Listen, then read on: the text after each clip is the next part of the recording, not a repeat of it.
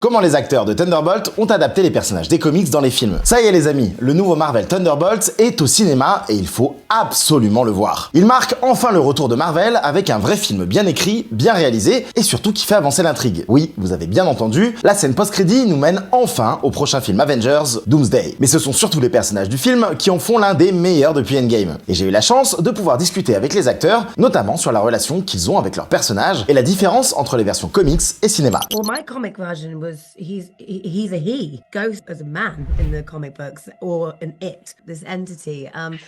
So bringing Ghost to life, it was wonderful that I got to be the person to bring Ghost off the page and really have that backstory and that origin story that she has. And at the end of Ant-Man and the Wasp, I feel like it's unresolved. Like where has she been? And I feel so happy and honored to come back and be able to continue where Ghost is in this world. I read the Cliff Notes version of my comic book. That was pretty good. That we didn't do any of. His brothers at some point, right?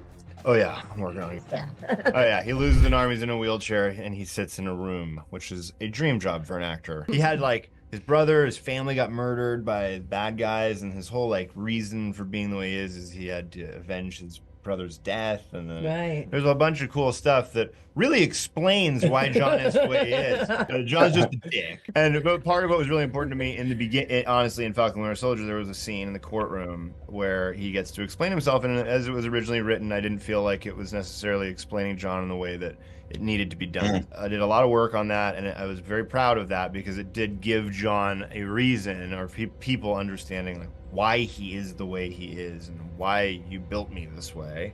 And so, exploring some of what was in the comics, did it in a way, but John's pretty far away from the backstory of what the comics were, so I kind of put him down and was like, I don't know, we're doing a different thing. Yeah. Aside from Robert, in the comics, he's like a middle-aged guy with a wife. We were pretty true to the comics, for the most part, in terms of this movie. With 47 minutes, there's only so much you can refer to and you can do justice to within that time frame.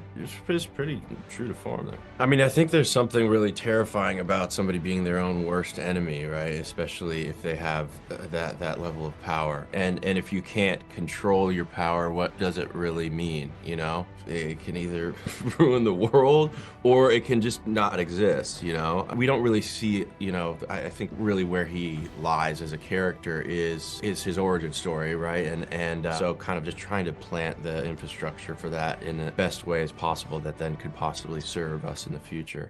Yeah!